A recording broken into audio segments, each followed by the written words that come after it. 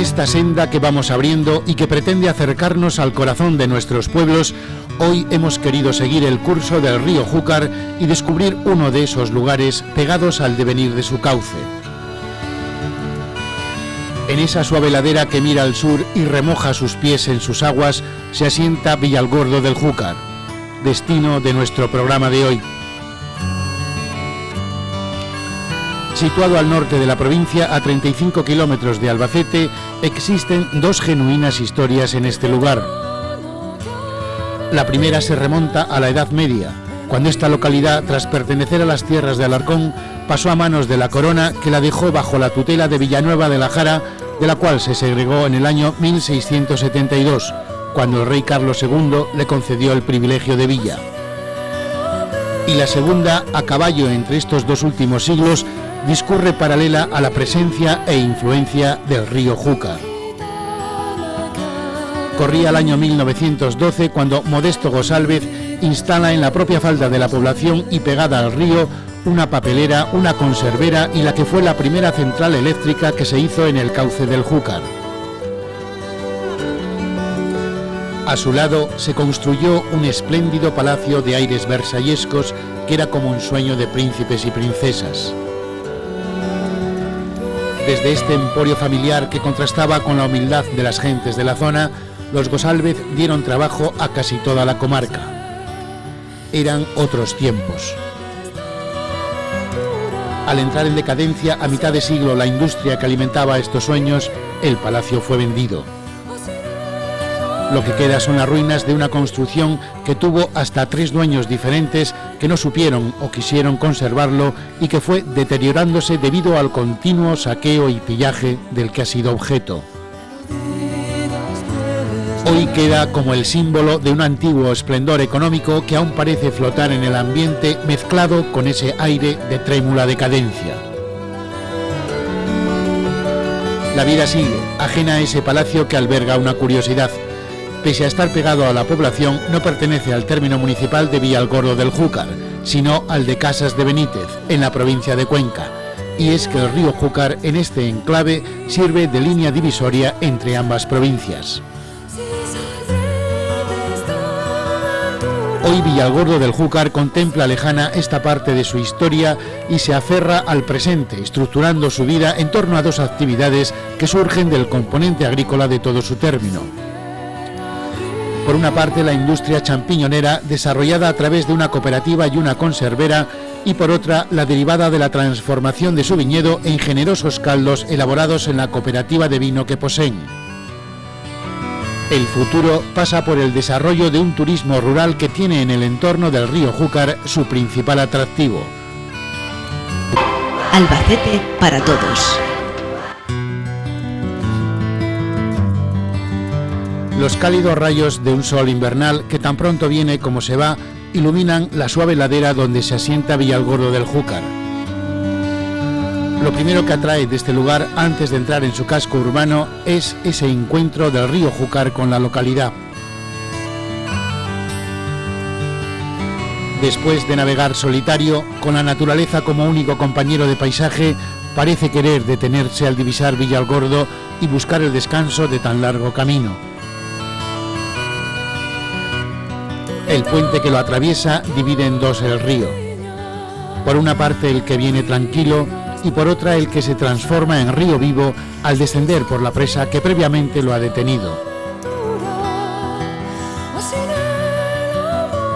Las aguas cogen ritmo y vuelven a descender alegres mientras van mirando de reojo a la izquierda a la provincia de Albacete y a la derecha a la de Cuenca.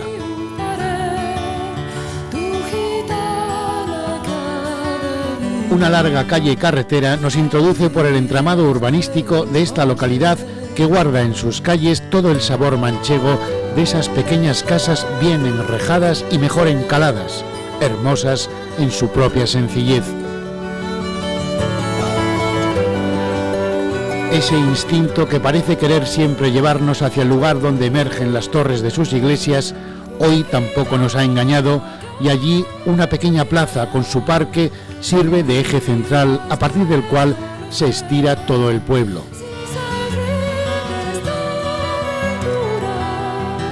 Presidiéndola, un amplio ayuntamiento muestra su moderno rostro. Al lado del mismo, la pequeña iglesia de Santa María Magdalena luce escondida, ocupando ese pequeño espacio que sirve para dar carácter histórico-artístico al resto de la población.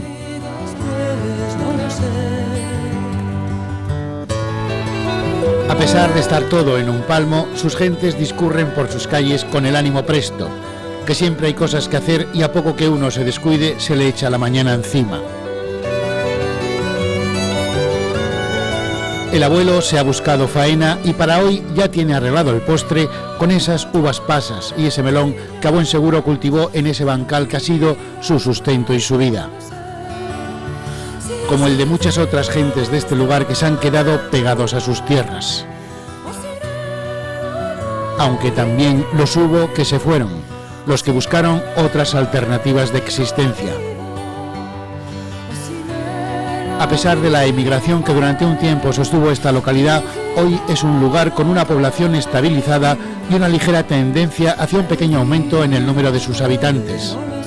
En la actualidad tenemos 1.328 habitantes y la evolución, pues partiendo aproximadamente de la década de los 60, en que el municipio tenía alrededor de 1.800 habitantes, después, al igual que en todos los pueblos de aquí por estas tierras, pegamos un bajón importante, centrándonos en los aproximadamente 1.500, y fuimos decayendo progresivamente hasta aproximadamente finales de los 70, en que se estabilizó la población en torno a los 1.300, y últimamente, pues en esta última década de los, digamos, 90, pues se ha incrementado un poco y estamos en 1.328. Una parte de su historia se acumula en los muros de su edificio más singular, la iglesia parroquial de Santa María Magdalena, cuyos orígenes probablemente se remonten al siglo XIII. En esta construcción, que empezó siendo una ermita y que a lo largo de los siglos se fue ampliando, se mezclan los estilos renacentistas, barroco, neoclásico y románico rural. Los orígenes de esta iglesia, según los estudios que hemos hecho, datan de finales del siglo XIII y principios del siglo XIV. Aunque la configuración de la iglesia, tal como es hoy, pues se desarrolló fundamentalmente en los siglos XVII y XVIII. En realidad, primitivamente era una ermita dedicada a Santa María Magdalena, sin capillas laterales, sin torre, sin cúpula, etc. Y era de un estilo románico rural. El exterior de la iglesia, visto desde arriba, pues tiene la forma clásica de cruz latina. El testero de la iglesia está orientado hacia el este, como todas las iglesias, mirando hacia donde nació Cristo, ¿no? Y externamente, pues se puede admirar la bella estructura de la torre, de estilo barroco, del siglo XVII, la puerta de entrada de la parte norte, que es de estilo neoclásico, y también se puede admirar desde en el exterior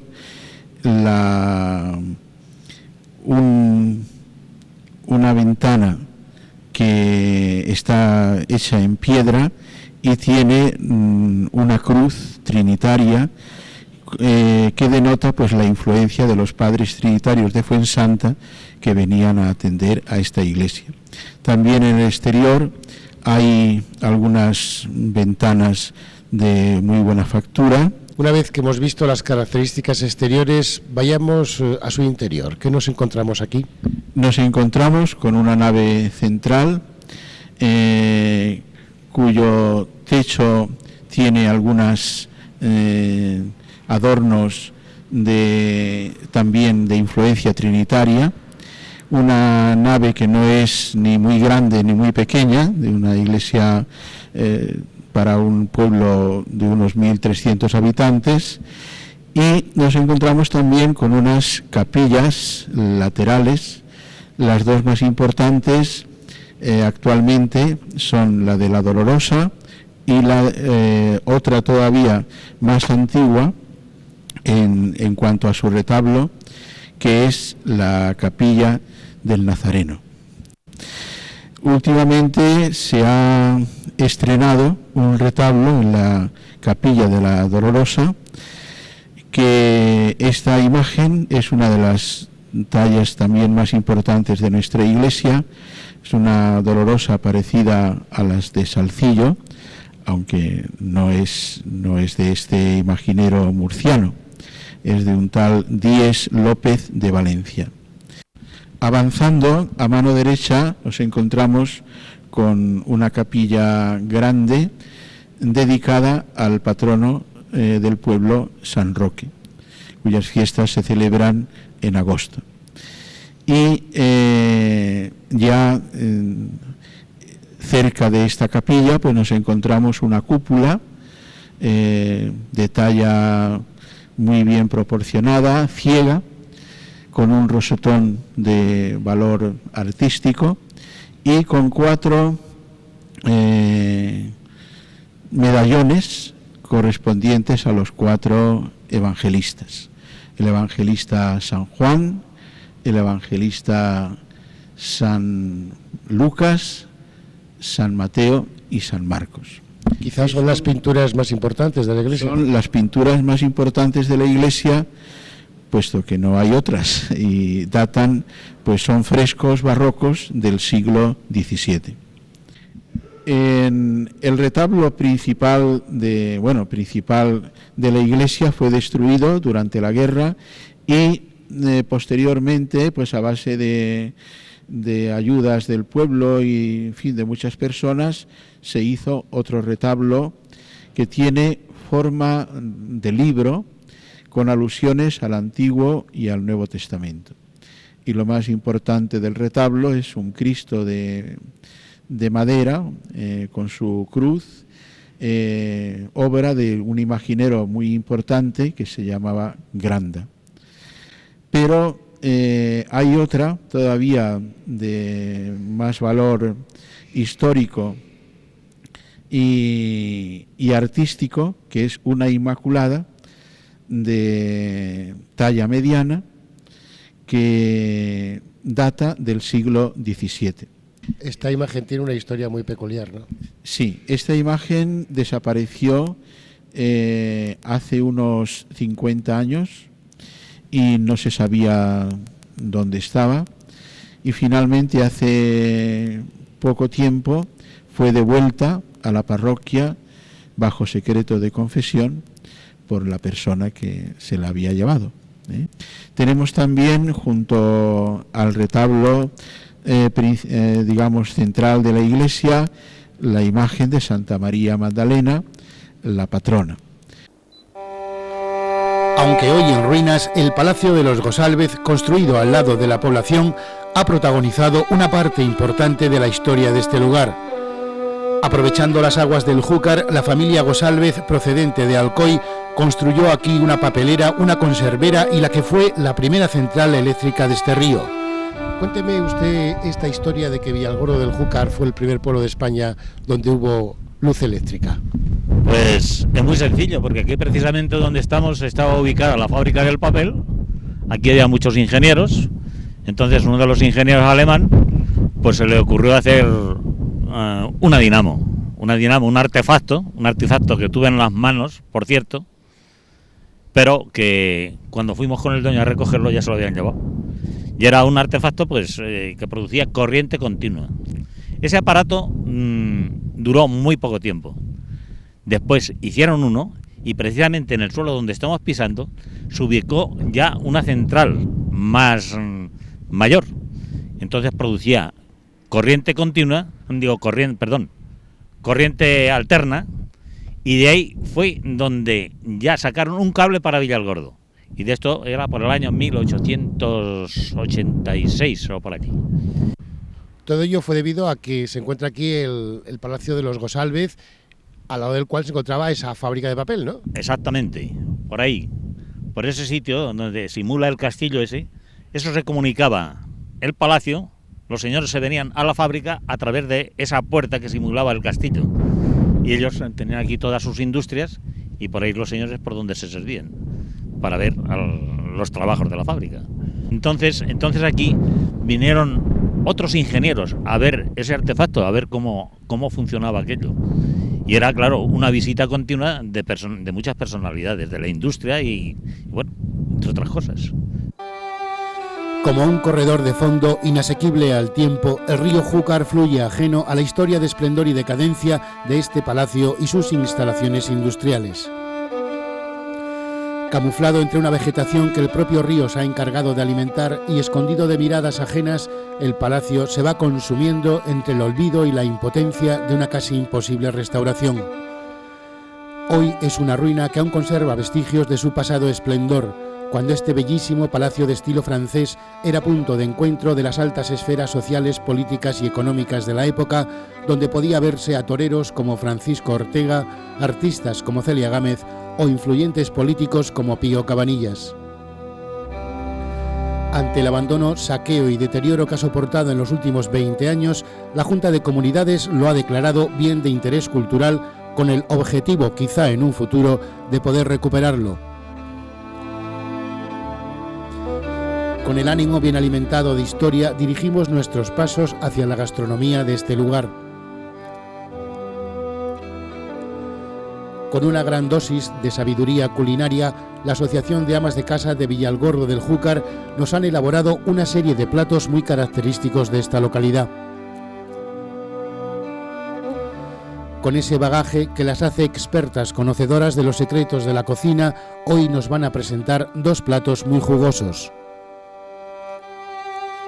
El primero de ellos lleva por nombre arrugao de guijas y el segundo es un postre hecho a base de helado y champiñones. ¿Cómo se llama el plato que nos va usted a presentar? Arrugao de guijas. ¿Y qué ingredientes lleva? Pues guijas, ajos, bacalao, tomate seco y huevo duro. ¿Y aceite? Aceite de oliva del terreno, que somos cosecheros de aceite. ¿Y ajo? Ajo. Casi me lo sé yo mejor que usted. Pues sí, en los ajos el bacalao asado. Muy bien. ¿Y cómo lo elabora usted? Pues se pone la noche anterior, se pone en agua las guijas. Hay que decir que las guijas son como un poco como las alubias. Exactamente, poco más o menos que las alubias. Con menos venta ahora, en esta época. Antiguamente se comía mucho, ahora se come menos. Hemos puesto las guijas con agua el día anterior. Agua.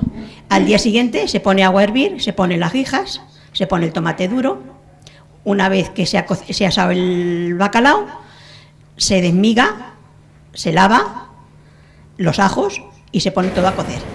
Se le pone el aceite y no se pone mucha sal porque por sí el bacalao da sabor a sal. Se le pone el aceite y se pone a cocer. Una vez cocido, se le migan unos huevos duros,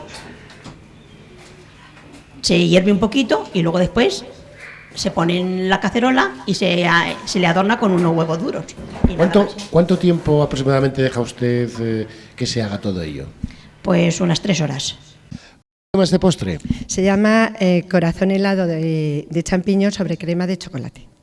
Algo muy original, ¿no? Sí, muy original, porque imagínate en un plato dulce entrarle el champiñón. Bien, ¿cuáles son los ingredientes? Pues lleva champiñón, lleva azúcar, huevos, nata, canela y azúcar. Bueno, azúcar, perdona, ya lo había dicho. Bien, ¿y cómo se elabora? Pues se cuece el champiñón con el azúcar y un poquito de canela. Y luego después se pica ese champiñón donde le añades un poquito de caldo de donde ha estado cocido. Se baten las yemas por un lado, las claras por otro a punto de nieve y la nata. Y se le agrega todo junto al champiñón. Se da bien vuelta, se entra en un molde, que aquí hemos hecho de un corazón, pero se puede hacer de otra manera. Y después lo meten al congelador. Después, cuando está congelado, se desmolda y se pone sobre una crema pastelera de chocolate. Una vez que hemos repuesto fuerzas, buscamos el perfil económico en el que se sostiene esta población. La presencia del río Júcar confiere a esta localidad grandes posibilidades para desarrollar un turismo rural. Cercano a Villalgordo se encuentra un paraje digno de reseñar. Es la presa de los Batanejos. Allí el Júcar se amansa y se bifurca en dos direcciones, la propia de la cuenca y la que coge a través de un canal que se construyó para llevar el agua hasta una pequeña central eléctrica que da nombre a todo este entorno.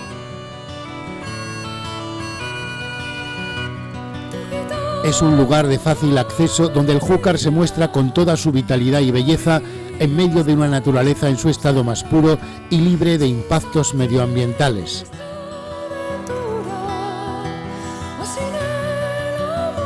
Con esa estela del Júcar que da vida e imagen a este lugar, fijamos ahora nuestra atención en su actividad económica más importante, la que gira en torno al champiñón. Numerosas pequeñas naves con decenas de chimeneas donde se cría el champiñón forman ya parte consustancial del paisaje de esta localidad, que tiene en su cooperativa de Mercajúcar el centro desde el que se comercializa todo el champiñón en fresco de la zona. Pues la cooperativa la constituimos el día 1 de diciembre del año 1999 y somos 35 socios, de los cuales somos todos cultivadores de champiñón y llevamos 20 años cultivando el champiñón. Bien, aquí se hace todo el ciclo, ¿no? Aquí hacemos todo el ciclo, sí, tenemos también una propia planta de compost, entonces traemos los paquetes, el cultivador se los meten dentro de los cultivos y luego después, una vez de los 30-35 días de poner la plantada, que nosotros llamamos los paquetes de compost, entonces empiezan a coger champiñón. Entonces, una vez el champiñón que se coge todos los días, se recolecta todos los días, se trae aquí a la cooperativa de Mercajúcar y donde aquí directamente la cooperativa lo comercializa a diversos puntos de la geografía nacional, como puede ser Madrid, Barcelona, Gerona, Lérida, todos esos puntos. Champiñón en fresco. Sí, todos estamos hablando de champiñón en fresco. También tenemos de champiñón conserva, que es el que no nos vale para la cosa del champiñón de mercado, y entonces lo destinamos a la conservera, que lo llevamos a una fábrica de conserva donde allí lo meten en botes. Pero nosotros solamente lo hacemos aquí, lo cortamos y lo mandamos a la conservera. ¿Cuál es la producción que tienen ustedes al año? Pues estamos hablando de 1.600.000, 1.700.000 kilos de champiñón al año. ¿Eso podría hablarse de mucho, mediano, poco? Pues para la cantidad de leche, ahora mismo estaríamos hablando aquí en Villalgordo del Júcar, pues estaríamos hablando de la mitad de la producción que tiene Villalgordo. Y estamos, como es una cooperativa que llevamos poquito tiempo, los resultados se están viendo, claro, a corto plazo. La gente, los agricultores que se han quedado fuera, están viendo que posiblemente les puede interesar entrar aquí en la cooperativa Mercajúcar, que nuestra idea que llevemos es de que todo el cultivo que hay de Villalgordo, del champiñón, que entre a formar parte aquí de Mercajúcar. Eso quiere decir que la cooperativa marcha, ¿no? Pues de momento, a base de trabajo y de sacrificio de todos los socios y de todo el personal que está aquí trabajando, pues vamos consiguiendo de cada día vamos a funcionar mejor. Esto es a base de sacrificio y de trabajo y de amor propio. Y el futuro, pues como todas las cosas, es a base de que hay la política de las grandes empresas que cada día pues en el sector se están potenciando más y cada día agruparse más para ser más competitivos, y es la única que nos queda. Sí, porque el sector del champiñón es muy competitivo por toda esta zona, digamos, de la provincia de Albacete, ¿no? La provincia de Albacete está en los pueblos de Villamalea, está también algo de Tarazona y Villalgordo del Júcar, que son los tres pueblos de la provincia de Albacete que más, porque normalmente el champiñón está en la provincia de Cuenca, o sea, en los pueblos que hay limítrofes aquí con Villalgordo, como es Casaimarro, Iniesta, y está también Villalpardo, está también Iniesta, que son los pueblos más o menos, que es donde va, y Villanueva de la Jara. Pero claro, nosotros somos la provincia de Albacete. ¿Se podría decir que los españoles comemos el champiñón de esta zona? Pues, hombre, el champiñón fresco casi toda España se come de Castilla-La Mancha, porque es que es el champiñón, nosotros con La Rioja, que es casi todo, el 50% del champiñón de España está en Castilla-La Mancha, y el resto, o sea, los otros 50 en La Rioja. El viñedo también tiene aquí su protagonismo. Su añeja cooperativa de vino de San Isidro se encuentra en esa fase de transformación cuyo futuro pasa por el embotellado y comercialización de una serie de vinos que tendrán un especial tratamiento en busca de una calidad que resulte competitiva en el mercado. Pues esta cooperativa se constituyó por los años 43-44, entonces creo que eran 16 socios, más o menos, y luego después, en los años 68, 69, creo que se constituyó la cooperativa, lo que es la bodega de vino. Entonces, no sé si serían entonces, pues a lo mejor eran 40 o 50 socios, luego después se han ido aumentando, ahora mismo somos unos 150 socios. Creo que esta cooperativa ha sufrido en los últimos 5 años una gran transformación, ¿no? Bueno, sí, esta cooperativa, yo llevo ya 5 años aquí y cuando entramos, pues la verdad, entonces la elaboración del vino era diferente, entonces se elaboraba de otra forma. Ahora mismo pues hay otros sistemas más modernos de elaboración de vino que ya prácticamente están en todas las bodegas y nosotros pues estamos queriendo ponernos al día de la transformación que está sufriendo todo este sector de la viña. ¿Y qué capacidad de vino tiene esta cooperativa? Esta cooperativa tiene una capacidad de unos 4 millones o 5 de kilos y no queremos superar esa capacidad porque queremos que sea una cooperativa como sigue siendo pequeña, pero que al mismo tiempo la podamos hacer una cooperativa que se encamine a lo que es la calidad. Entonces no queremos cantidad, queremos una calidad en la elaboración de los vinos. Para lo que es esta bodega se está cambiando, pero mucha cantidad de uva, de uva de antes, que era blanco y eran uvas, variedades más o menos normales, y ahora mismo se está haciendo una variedad, pues todo en calidad, en Syrah, en Cabernet y en Cencibel, que se está plantando mucha también de Cencibel. Bien, habla un poco de los objetivos de esta cooperativa de cara al futuro. Yo sé que vosotros comercializáis un vino, pero ¿tenéis pensado comercializar alguna otra variedad, digamos? Bueno, nosotros ahora mismo el vino que teníamos era un vino normal, que es el que está acostumbrado al pueblo, un vino rosado, vino suave, que a la gente del pueblo le gustaba. Entonces, ahora mismo queremos hacer, que lo tenemos ya prácticamente casi, estamos ahora preparando el embotellado y todo eso, el vino ya lo tenemos hecho, entonces queremos hacer lo que es el macabeo que tenemos en fermentación de barrica. Y luego tenemos el cencibel, que tenemos también aquí unos pozos de cencibel aposta para embotellar.